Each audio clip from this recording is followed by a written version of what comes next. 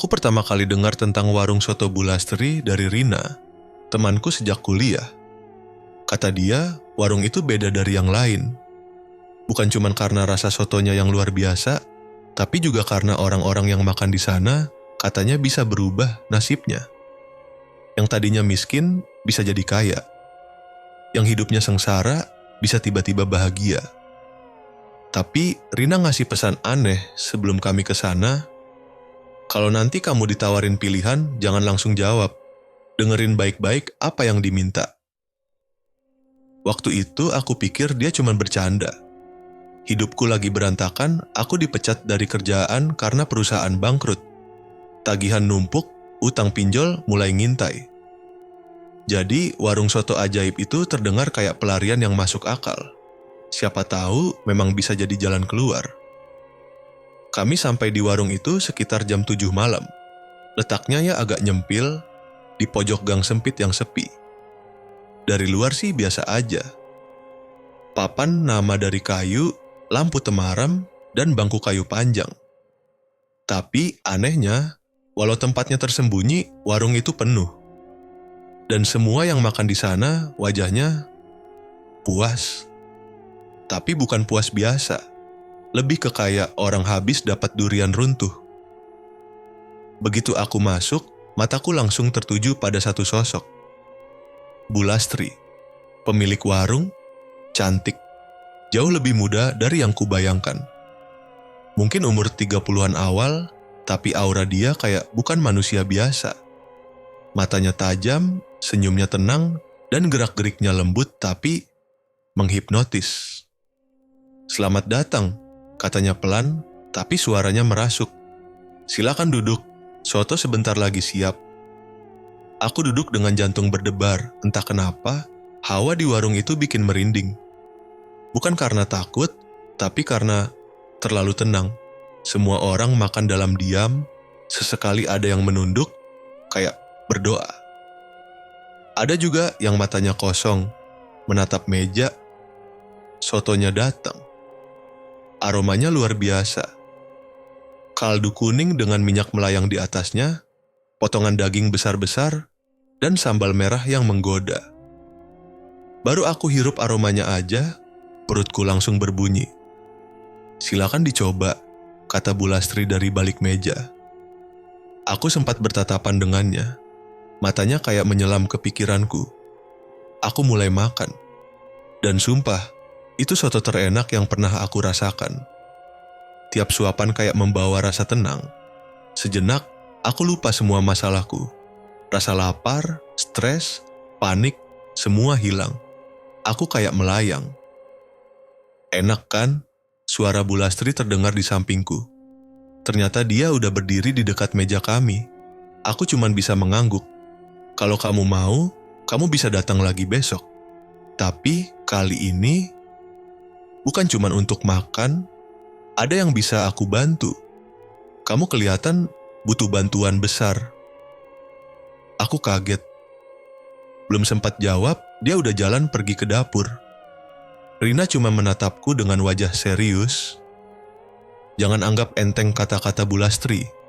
Kalau dia nawarin bantuan, artinya kamu udah ditandai." "Ditandai? Maksudnya gimana?" "Nggak semua orang ditawari kayak kamu. Yang ditawarin berarti ada yang diincar." Aku tertawa gugup. "Maksud kamu tumbal?"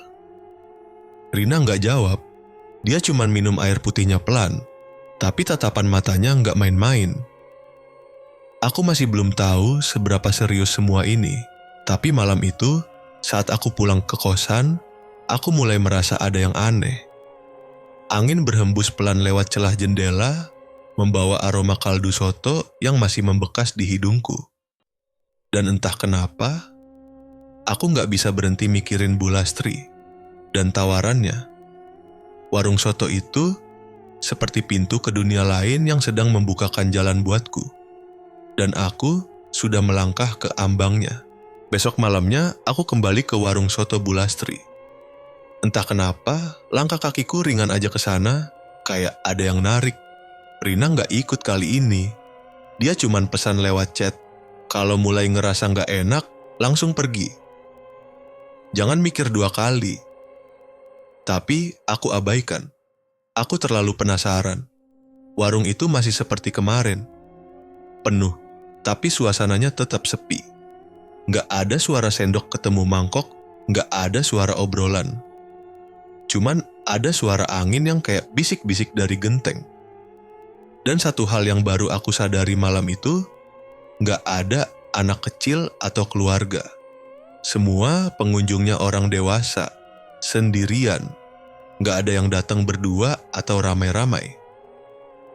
Bu Lastri muncul dari balik dapur, pakai kebaya hitam dan rambut digelung rapi. Senyumnya langsung bikin aku terdiam. "Kamu datang lagi," katanya pelan. "Berarti kamu siap?" "Siap apa?" tanyaku sambil senyum gugup. Dia nggak langsung jawab, cuma nyuruh aku duduk di pojok meja yang semalam kosong. Tapi sekarang ada lilin kecil menyala di atasnya. "Khusus malam ini kamu makan di sini," katanya. "Aku yang buatin." Aku duduk dan soto datang nggak lama kemudian. Isinya lebih banyak dari semalam.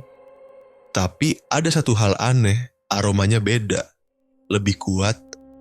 Ada bau rempah yang asing dan sedikit amis.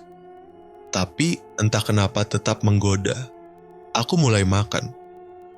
Rasanya tetap enak, tapi kali ini ada rasa logam yang samar. Bukan rasa daging biasa. Dan setelah suapan keempat, tiba-tiba mataku buram. Kepalaku berat, napasku cepat.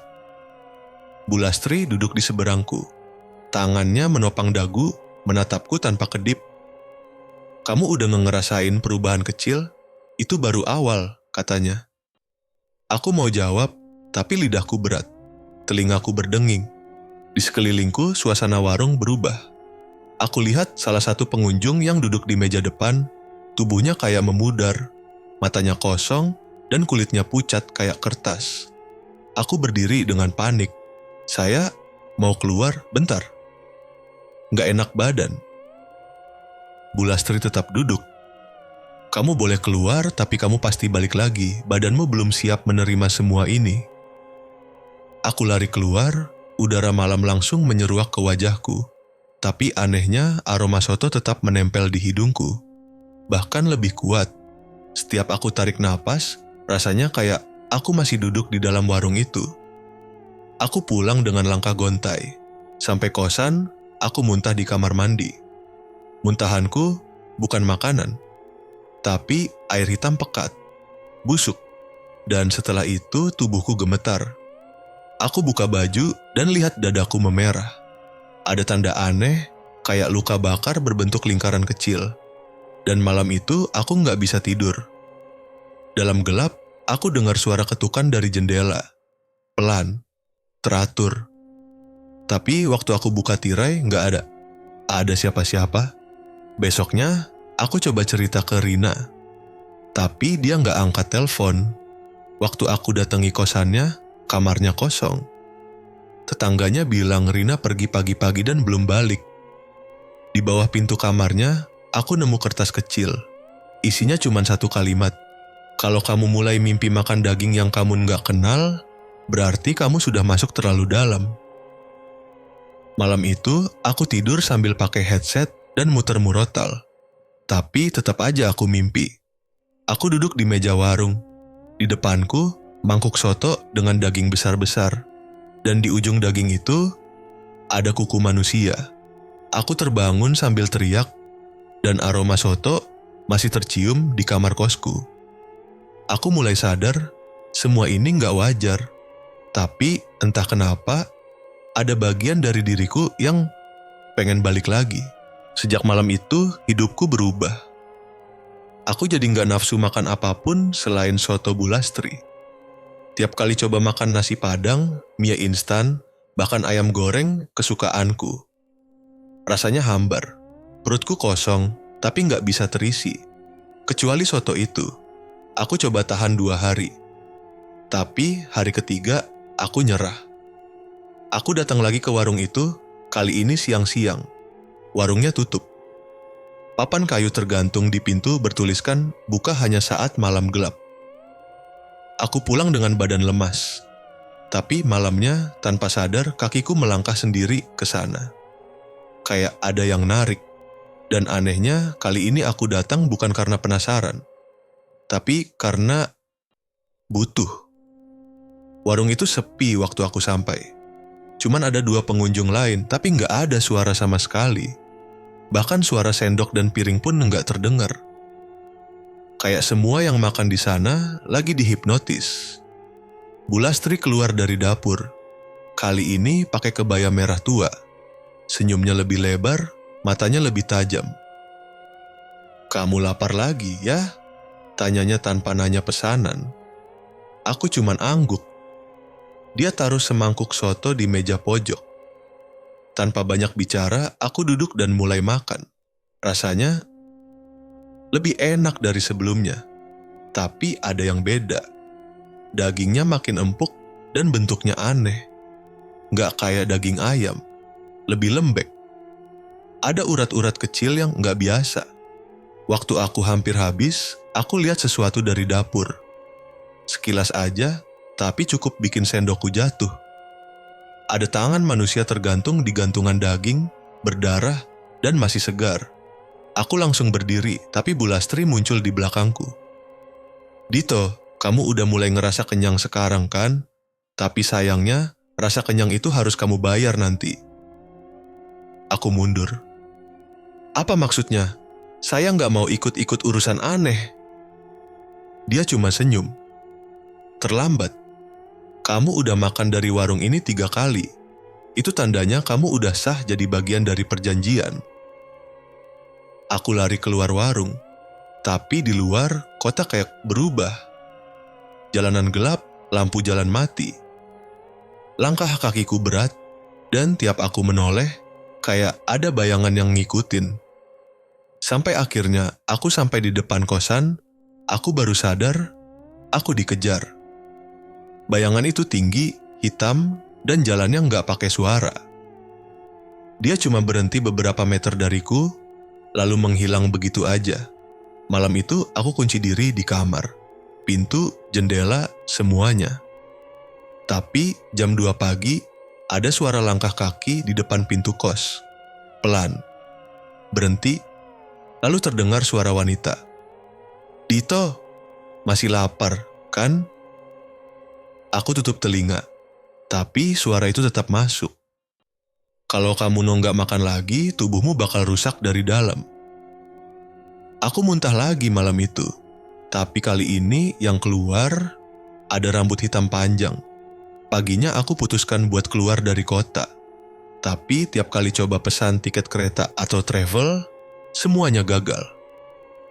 Website error, nomor customer service nggak aktif. Bahkan ATM tempat aku biasa ambil uang, bilang saldo tidak tersedia. Aku coba hubungi orang tua, tapi nomor mereka nggak aktif. Aku buka media sosial, semua akun temanku tiba-tiba hilang, termasuk Rina. Aku makin yakin aku lagi dijerat, dan satu-satunya jalanan mungkin cuman ada di warung itu.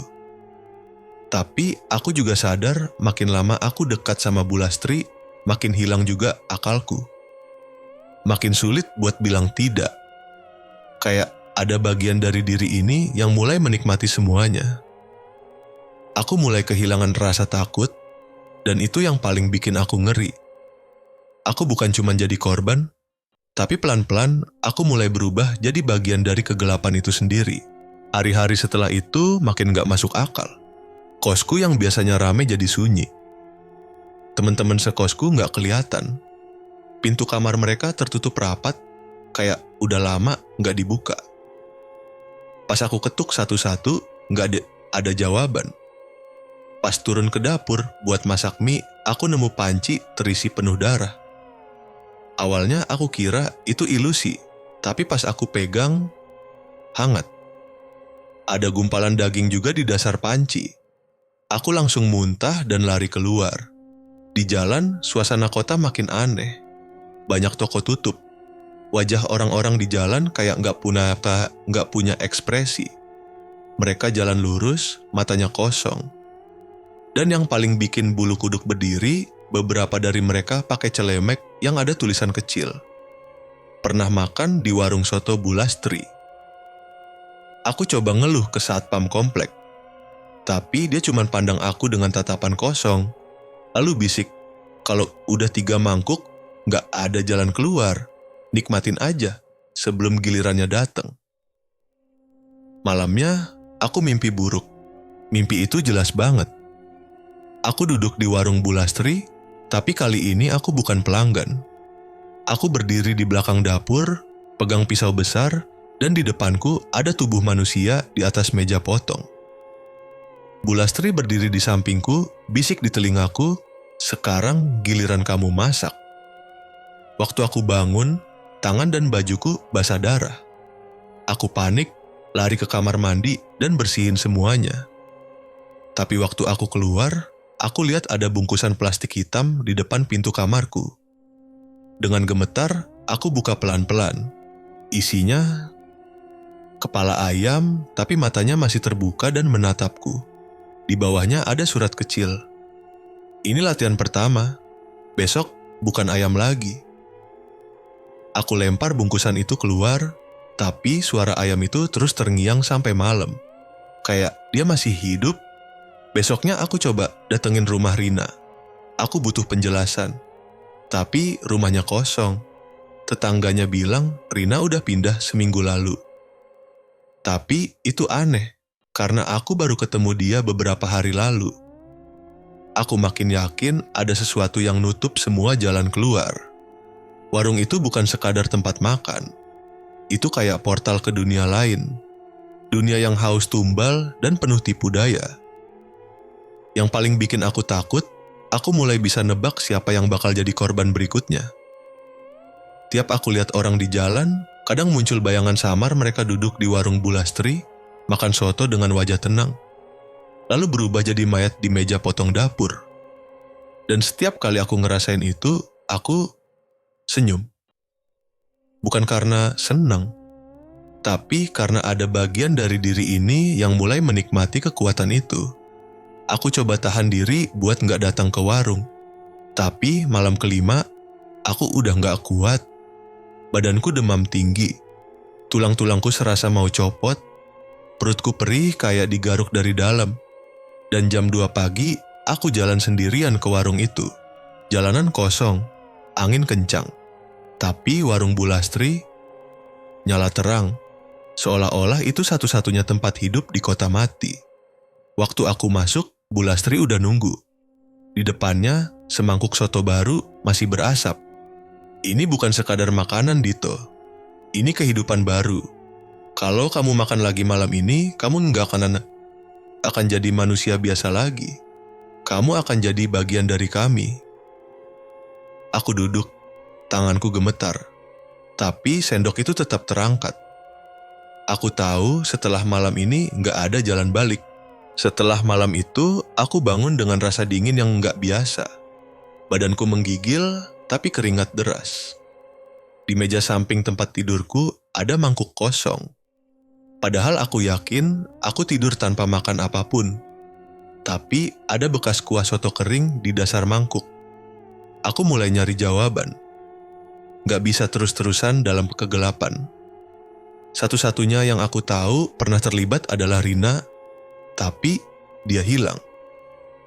Jadi aku mutusin buat balik ke warung Bulastri, tapi bukan buat makan. Aku pengen nyelidik.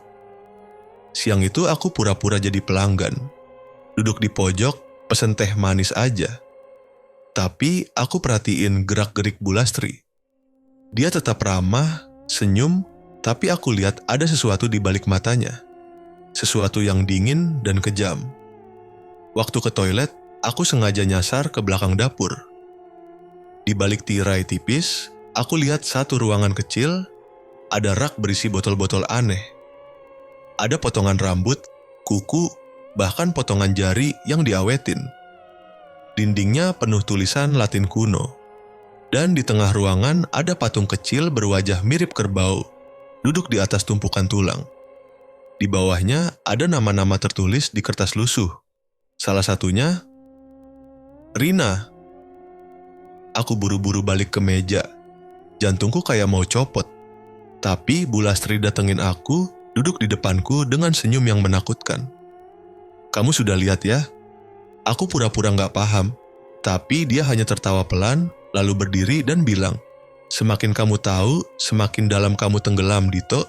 Tapi gak semua yang tahu akan selamat. Malamnya aku coba cari tahu lebih jauh tentang Bu Lastri. Aku ke kelurahan, pura-pura mau buat laporan kehilangan Rina. Tapi waktu aku sebut nama Bu Lastri, pegawai di sana langsung kaku. Warung soto itu udah ada dari tahun 80-an. Tapi anehnya, pemiliknya gak pernah tua. Selalu Bu Lastri. Gak berubah sejak dulu, kata bapak tua penjaga arsip sambil lirih. Dia buka-buka berkas lama, nunjukin aku foto warung itu dari tahun ke tahun. Dan bener, Bu Lastri tetap sama.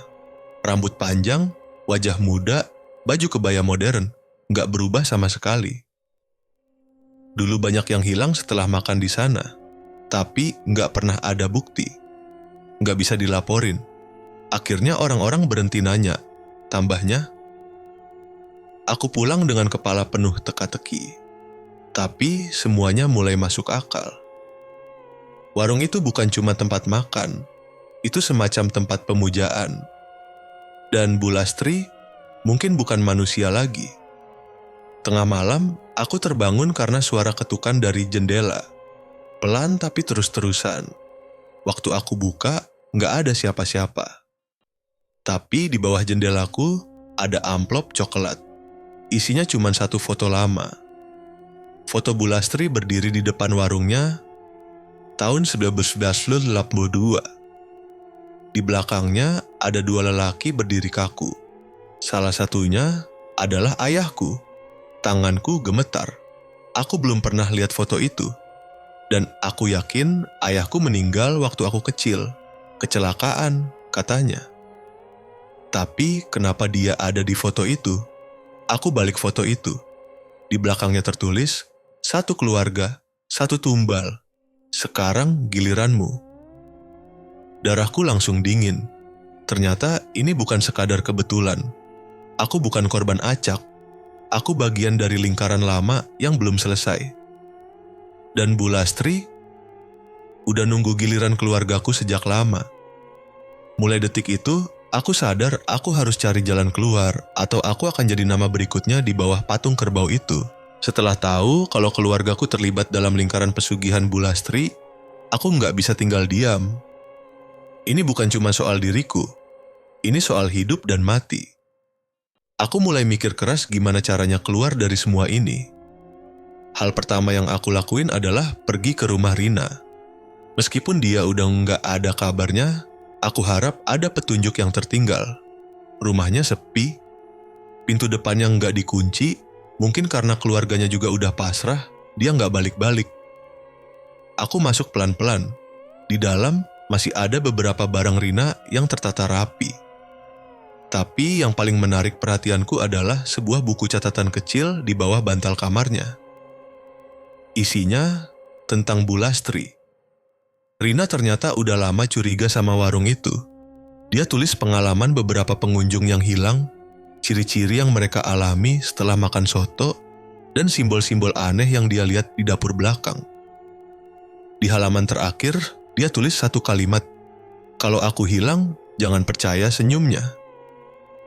Aku makin yakin, aku harus melawan. Tapi aku sadar ini bukan musuh biasa. Jadi aku cari bantuan. Malam itu, aku datangi seorang kiai tua yang tinggal agak jauh dari kota. Namanya Mbah Dargo. Kata orang, dia bisa bantu orang yang diganggu ilmu hitam. Aku ceritakan semuanya, dari awal sampai akhir. Wajahnya serius. "Kamu sudah melihat patung kerbaunya?" tanyanya. Aku mengangguk. Itu lambang pemujaan setan bernama Jaladara. Makhluk pemakan jiwa, Setiap tumbal yang masuk akan memperpanjang umur dan kekayaan pemujanya. Bu Lastri sudah terlalu dalam, jelas Mbah Dargo. Dia memberi aku satu benda, batu hitam sebesar kelereng diikat tali merah. Katanya, batu ini bisa melindungi dari pengaruh pesugihan sementara waktu. Tapi ingat, jangan sampai kamu makan soto itu lagi. Sekali kamu makan, kamu masuk ke dalam perjanjiannya, tambahnya. Aku pulang dengan campuran rasa takut dan semangat. Aku tahu ini bahaya, tapi aku nggak mau jadi korban. Aku nggak mau keluargaku terus dijerat. Keesokan harinya, aku balik lagi ke warung Bu Lastri. Tapi kali ini, aku nggak sendirian. Aku bawa kamera kecil yang aku sembunyikan di jaket. Niatku, ngerekam bukti sebanyak mungkin. Bu Lastri langsung menyapaku seperti biasa. Senyumnya tetap menawan, tapi sekarang aku tahu senyum itu menyembunyikan sesuatu yang jahat. Aku bilang ingin pesan soto, tapi nggak langsung dimakan. Waktu dia ke dapur, aku sempat menyelinap dan mengaktifkan kamera. Tapi belum sempat merekam banyak, tiba-tiba ada suara dari belakangku. Bu Lastri berdiri di sana, tatapannya dingin. "Main api, Dito?" tanyanya pelan. Aku mundur pelan. Aku cuma pengen tahu kebenarannya. Dia mendekat. Kebenaran itu relatif. Kamu bisa kaya, kamu bisa bebas dari hutang, asal kamu ikut aturan. Aku nggak butuh kekayaan kalau harus gantiin nyawa orang. Jawabku tegas. Bu Lastri menghela napas. "Sayang sekali, kamu anak yang cerdas, tapi terlalu keras kepala." Sebelum dia sempat mendekat lebih jauh, aku lempar batu hitam pemberian Mbah Dargo ke arahnya. Dia langsung mundur, wajahnya berubah, seolah kesakitan. "Dari mana kamu dapat itu?" teriaknya. Aku kabur, lari sekencang mungkin. Tapi aku tahu, ini belum selesai. Bu Lastri nggak akan diam.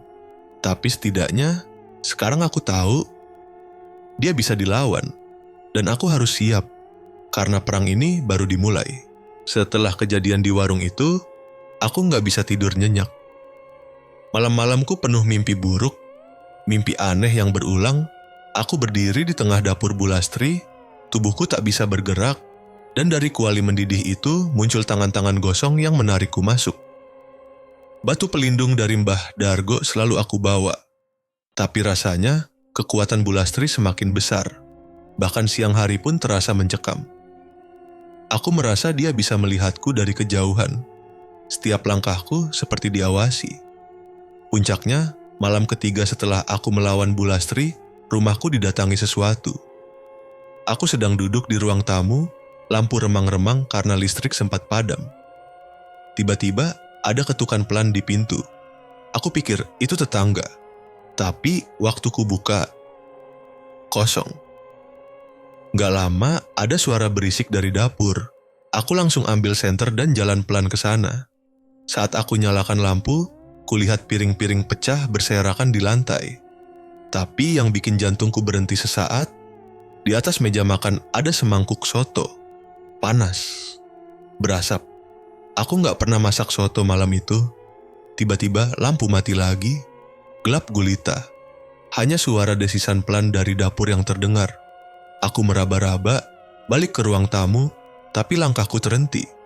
Di tengah lorong rumah, ada bayangan tinggi berdiri membelakangiku. Rambut panjang, tubuhnya kurus, tapi wajahnya... Saat dia menoleh, itu wajah Bu Lastri. Tapi matanya hitam pekat, tanpa bola mata. "Kamu sudah terlalu jauh, Dito." Suaranya berat dan menggema. Aku jatuh terduduk. Batu pelindung itu langsung kugenggam. Tapi saat ku buka mata, sosoknya sudah hilang. Tapi baunya masih tersisa, bau soto, anyir, dan amis. Malam itu aku nggak tidur. Aku duduk di pojok kamar, lampu semua aku nyalakan, dan ku peluk batu hitam itu erat-erat. Paginya, aku ke rumah Mbah Dargo lagi. "Dia sudah kirim penampakan?" tanya Mbah Dargo tanpa aku cerita apa-apa. Aku mengangguk. Dia masuk ke rumah, meninggalkan mangkuk soto di dapur. Mbah Dargo kelihatan cemas. Itu peringatan terakhir. Setelah ini dia akan kirim jin pelindung warungnya. Biasanya berbentuk seperti kerbau hitam. Kalau kamu sampai lihat makhluk itu, kamu harus siap mati. Aku nggak tahu harus percaya atau enggak. Tapi malam berikutnya aku lihat makhluk itu. Sekitar pukul 2 pagi, aku terbangun karena suara kukukan burung hantu. Saat kulihat keluar jendela, di bawah tiang listrik, ada sosok hitam besar seperti kerbau, tapi berdiri dengan 2 kaki dan matanya menyala merah. Dia hanya berdiri mematung, menatap ke arah kamarku, lalu menghilang sekejap. Besoknya, aku dapat kabar duka. Pak Thohir, tukang becak langgananku, ditemukan meninggal di dalam got dekat warung Bu Lastri. Tubuhnya utuh, tapi matanya kosong. Aku tahu ini bukan kebetulan. Semakin aku menolak, semakin besar teror yang datang. Tapi aku nggak akan berhenti. Kalau aku mundur, aku bisa jadi korban berikutnya.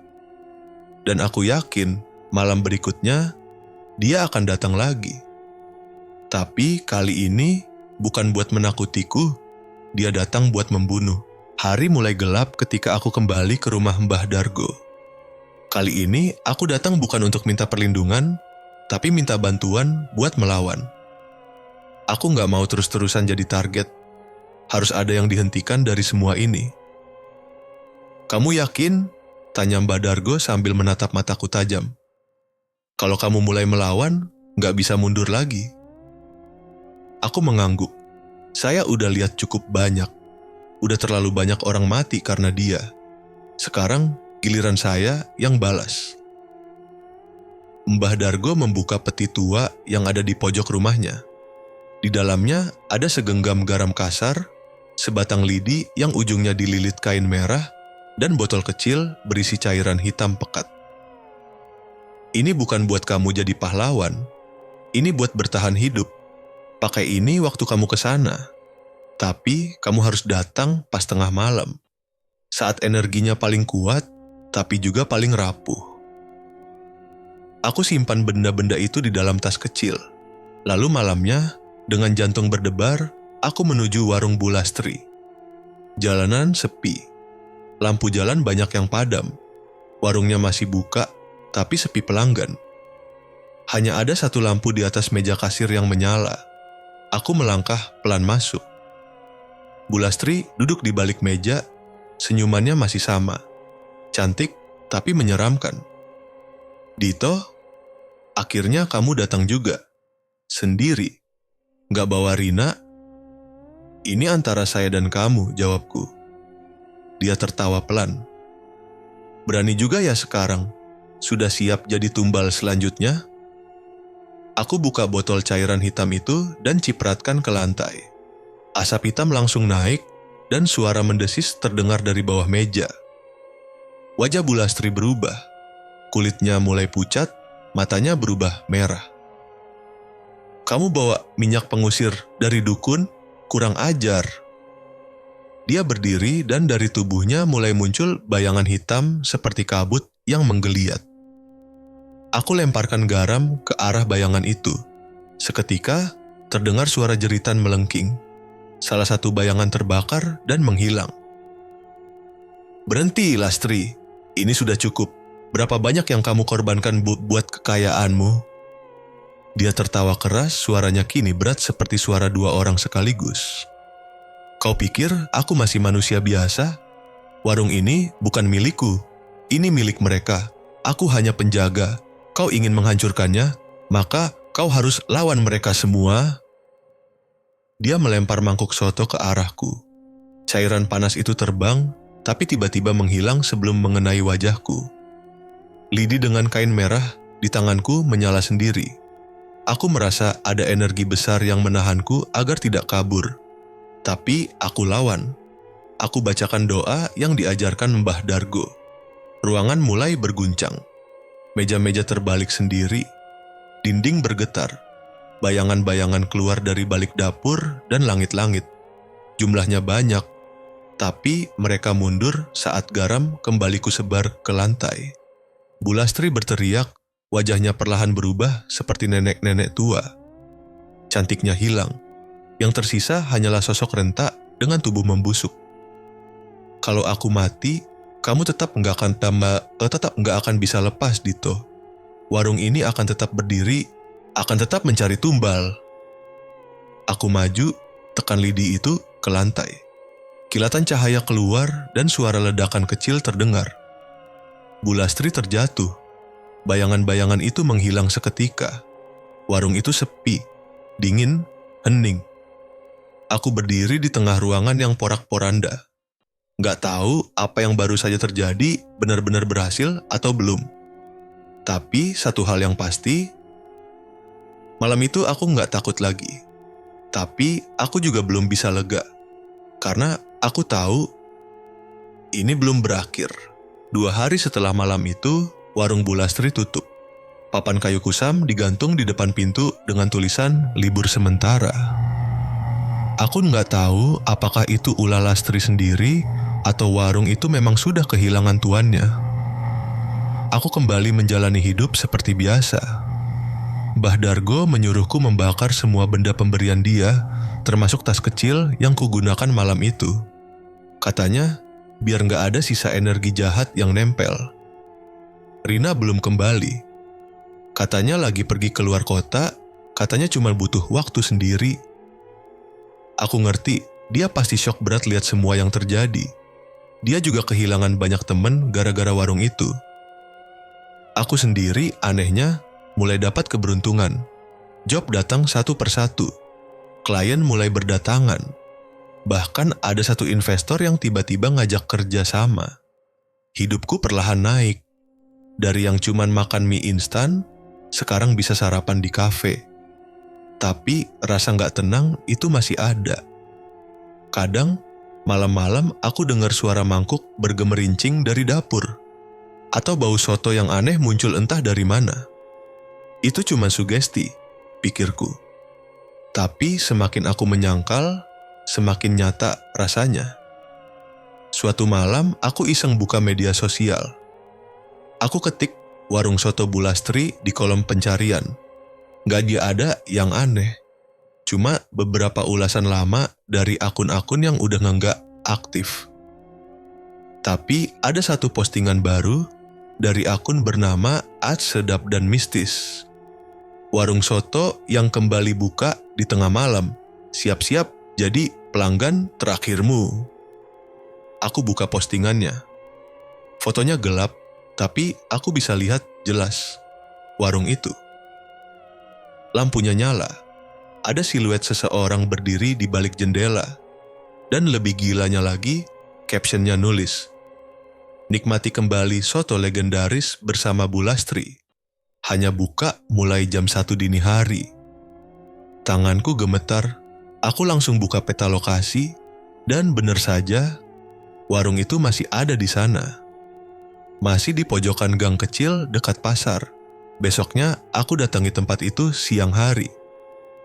Warungnya kelihatan kosong, kayak rumah tua yang nggak ditinggali. Tapi pas aku intip ke dalam, semua perabot masih rapi. Meja, kursi, bahkan peralatan masak masih lengkap. Aku ketuk jendela, nggak ada yang ngejawab. Tapi waktu aku balik badan, aku dengar suara sendok jatuh dari dalam. Aku langsung lari.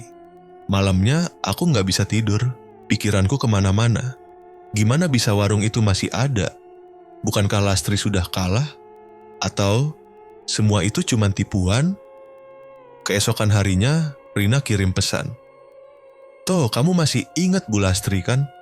Aku mimpiin dia semalam. Dia bilang Dito, waktunya hampir habis." Aku langsung keringat dingin. Ukira semua sudah selesai. Ukira aku udah bebas. Ternyata belum. Warung itu mungkin memang tutup. Tapi Bu Lastri belum pergi. Aku pikir semua udah berakhir. Tapi malam itu jam 1:15 ada yang ketuk pintu kosku. Suaranya pelan tapi ritmenya aneh. 3 kali cepat, lalu 1 ketukan panjang. Awalnya aku pikir cuman orang iseng. Tapi pas aku ngintip dari lubang pintu, lorong kos kosong. Detik berikutnya, lampu kamarku kedip 2 kali, lalu mati total. Gelap, sunyi, dan tiba-tiba ada bau soto. Bukan bau makanan biasa. Ini lebih menyengat. Ada aroma amis, bercampur anyir darah dan rempah panas. Aku langsung nyalain senter dari HP.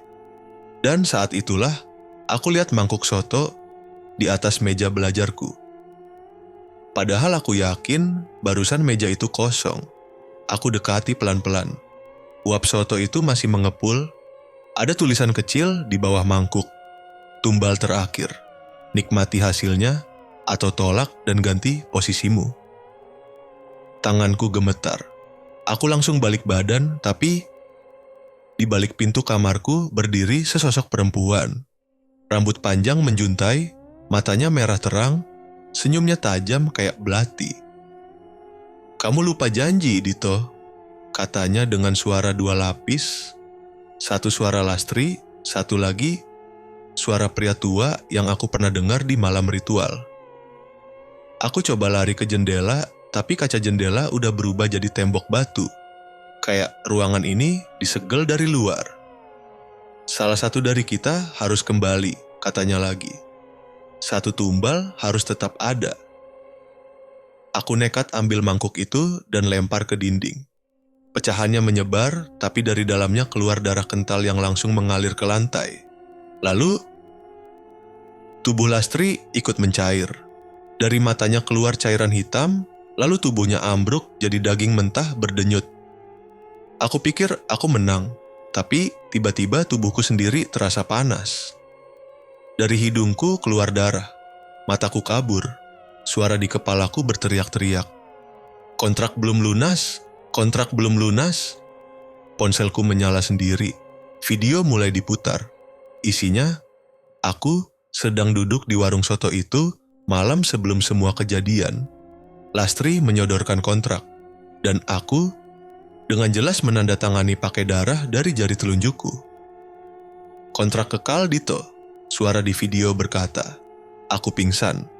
Pas bangun, aku udah ada di sebuah ruangan lain. Dingin, lembab. Ada aroma rempah kuat dan daging yang baru direbus. Aku coba bangun, tapi kakiku terikat ke lantai.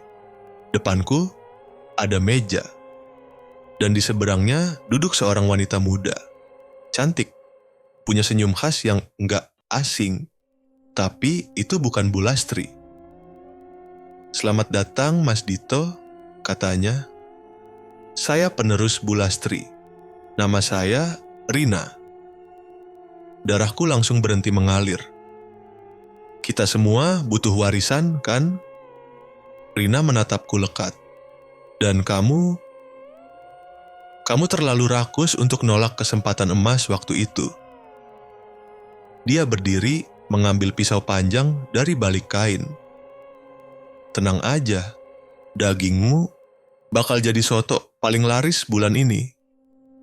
Lampu padam, dan ketukan mangkuk pun terdengar lagi.